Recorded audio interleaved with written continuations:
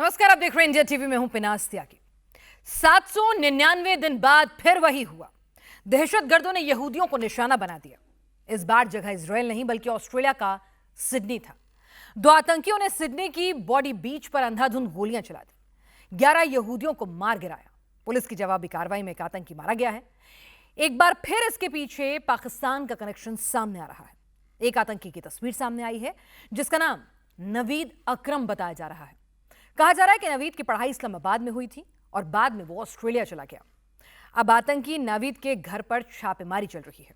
इस बीच इजराइल ने कह दिया है कि यहूदियों को मारने वाले को छोड़ेंगे नहीं, लेकिन जवाब ऑस्ट्रेलिया को देना है, क्योंकि 30 साल बाद ऑस्ट्रेलिया में कोई मास किलिंग हुई है। 7 अक्टूबर रिटर्न।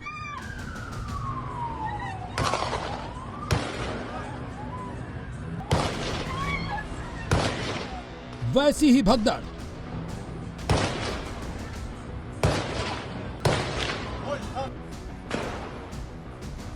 वैसी ही फायरिंग,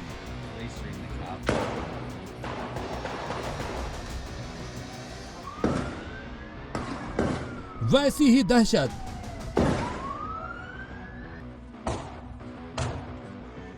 वैसा ही खौफ।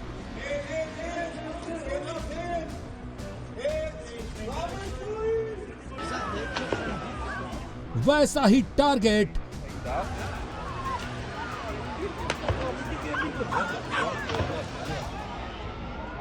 यहूदियों पर टेरर अटैक। सैकड़ों की भीड़ पर अंधाधुंध फायरिंग।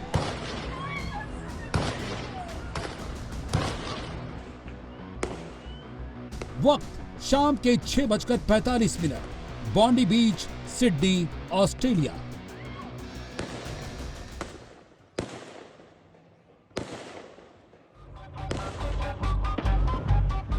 बॉन्डी बीच पर यहूदी समुदाय के 2000 से ज्यादा लोग यहूदी फेस्टिवल हनुक्का मनाने को इकट्ठा हुए थे।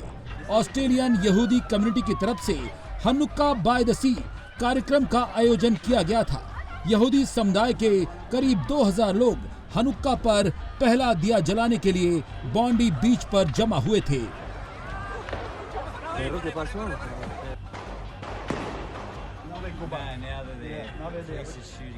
लेकिन तभी अचानक से बॉन्डी बीच पर गोलियों की तड़तड़ाहट शुरू हो गई।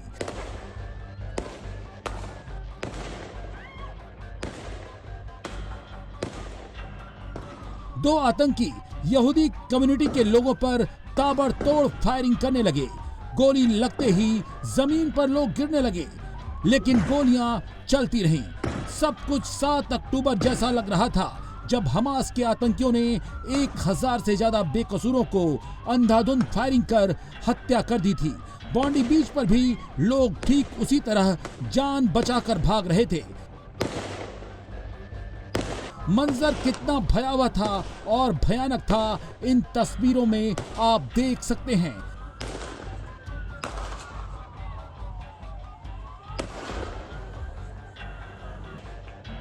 काले कपड़े पहने 2 आतंकी दिख रहे हैं जो सड़क पर खड़े होकर अंधाधुंध फायरिंग कर रहे हैं। ये आतंकी गोलियां चला रहे हैं। लोग जान बचाते नजर आ रहे हैं। बॉन्डी बीच पर लाशें नजर आ रही हैं, जिनकी सांस नहीं चल रही, उनको बचाने की कोशिश की जा रही है।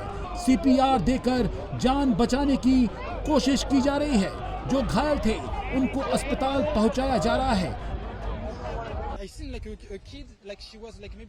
मैंने देखा कि एक बच्ची जो शायद 8 बरस की थी, उसके पैर में चोट लगी थी और वो जमीन पर पड़ी रो रही थी। वो अपनी माँ के पीछे खड़ी थी। उसकी माँ जमीन पर बैठकर अपने बच्चों को गले लगा रही थी। वो 8 साल की बच्ची थी और दूसरी बच्ची शायद 2 या 3 बरस की रही होगी। वहाँ ऐसे बहुत से लोग थे जो अपने बच्चों को बचाने के लिए यहाँ वहाँ भाग रहे थे। चारों तरफ खौफ का मंजर है। बच्चे, बूढ़े, नौजवान, हर कोई अपनी जान बचा रहा है। आतंकी गोलियां बरसा रहे थे। लोग जान बचाकर भाग रहे थे, लेकिन इसी बीच एक शख्स आतंकी से भिड़ जाता है। आतंकी पेड़ की आड़ में लेकर गोलियां चला रहा था। उसी वक्त कार के पीछे से आकर इस जाबाज शख्स ने आतंकी को पकड़ लिया। पकड़ने के बाद इस शख्स ने आतंकी से उसकी बंदूक छीन ली। गन छीनने के बाद इस शख्स ने आतंकी पर गोली चलाई, लेकिन गोली चल नहीं पाई।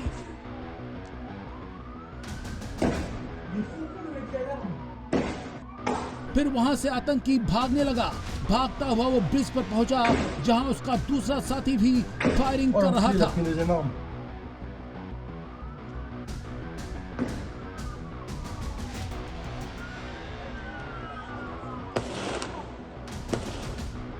ड्रोन फुटेज में साफ साफ नजर आ रहा है कि आतंकी गोली चला रहे हैं। उसी दौरान पुलिस की तरफ से जवाबी फायरिंग हुई।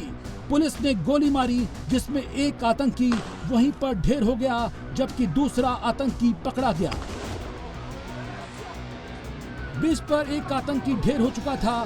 दूसरा जो बचा था, पुलिस उसे मारने वाली थी, लेकिन वो जान की भीख मांगने लगा।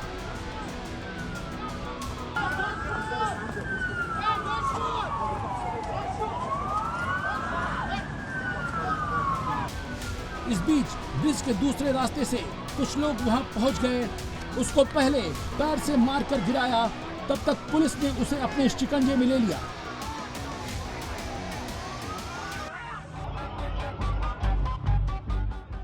इस मास टेरर अटैक में यहूदी प्रतिनिधि रब्बी एली श्लैंगर समेत 11 लोगों की हत्या कर दी गई है।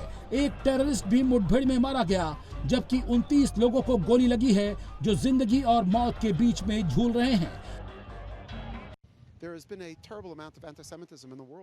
दुनिया में इस वक्त यहूदियों के खिलाफ भयंकर नफरत का माहौल है, और हमने आज यहाँ इसी का एक स्वरूप देखा।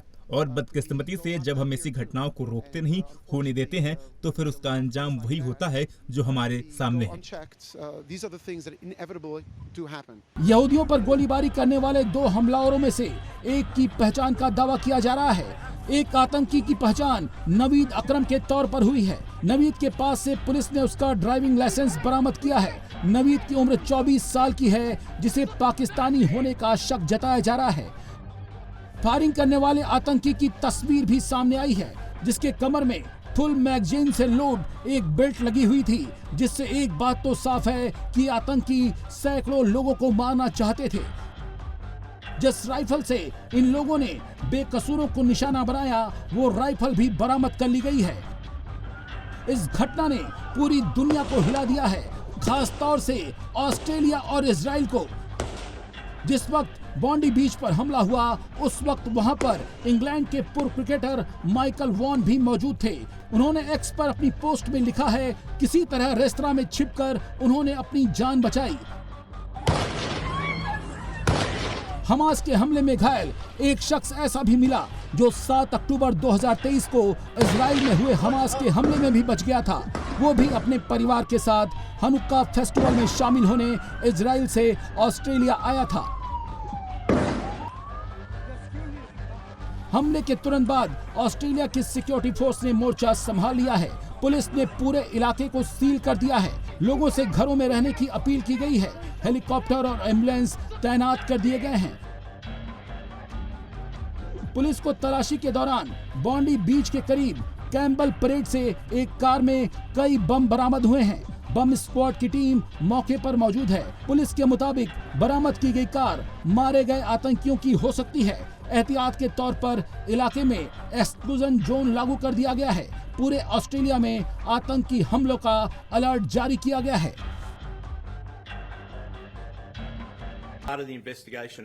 इस गोलाबारी के तुरंत बाद जो जांच हमने की, उसमें हमने बॉन्डी के पास कैंपबेल परेड में एक गाड़ी का पता लगाया है। हमारा मानना है कि उस गाड़ी में कई आईडी रखे हुए हैं।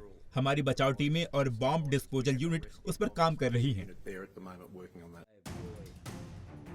पूरा ऑस्ट्रेलिया सकते में है। प्रधानमंत्री अल्बनीज के लिए यह हमला एक बड़ा चैलेंज बनकर सामने आया है, लेकिन अल्बनीज ने ऐसे हमलावरों को चेतावनी देते हुए कहा है कि इसके पीछे जो भी हो बख्शा नहीं जाएगा।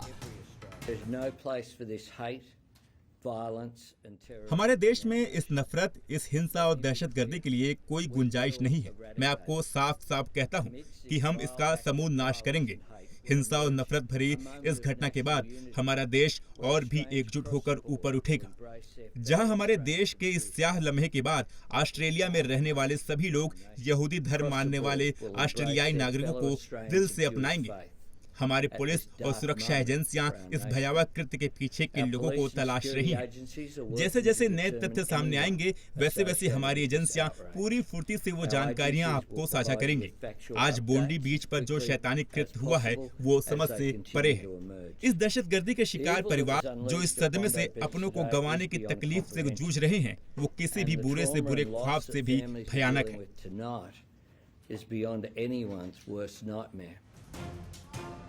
बताया जा रहा है कि इन आतंकियों ने करीब 50 राउंड गोलियां चलाई और इनका टारगेट सिर्फ और सिर्फ यहूदी थे। जब बॉन्डी बीच पर मास फायरिंग आतंकी कर रहे थे उस दौरान बीच के पास कैफे में बैठे लोग गोलियों की आवाज सुनकर जान बचाते नजर आए। We know that there were many people there to celebrate a happy occasion, the celebration of Hanukkah, and there was well over 1,000 people there when this took place. As a result of the circumstances of the incident tonight, at 9:36 p.m. this evening, I declared this to be a terrorist incident.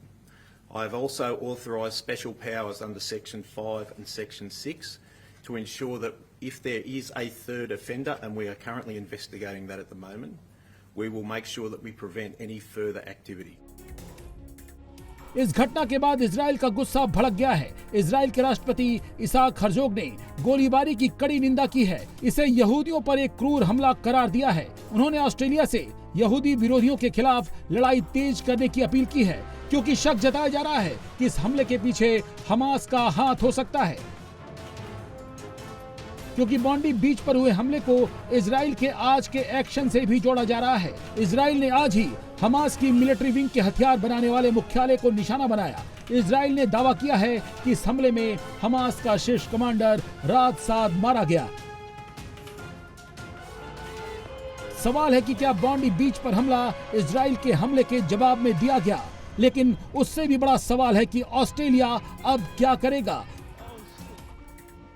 फिलहाल इस हमले के बाद प्रधानमंत्री मोदी ने भी कड़ी निंदा करते हुए आतंक के खिलाफ जंग में ऑस्ट्रेलिया के साथ खड़े रहने का भरोसा दिया है। ऑस्ट्रेलिया के लिए चुनौती क्यों है? क्योंकि बॉन्डी बीच का ये हमला ऑस्ट्रेलिया के 30 सालों के इतिहास की सबसे बड़ी मास शूटिंग है।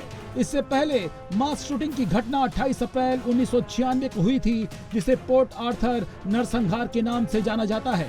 इस घटना में मार्टिन ब्रायंट नाम के एक व्यक्ति ने तस्मानिया के पोर्ट आर्थर में 35 लोगों की हत्या कर दी थी और 23 को घायल कर दिया था। इसके बाद देश में सख्त गन कंट्रोल कानून लागू हो गया और अब एक बार फिर 14 दिसंबर को ऑस्ट्रेलिया में हमला हुआ है। ऑस्ट्रेलिया के लिए यह हमला एक बड़ी चुनौती बन गया है क्योंकि ऑस्ट्रेलिया ने फिलिस्तीन को सबसे पहले मान्यता दी थी।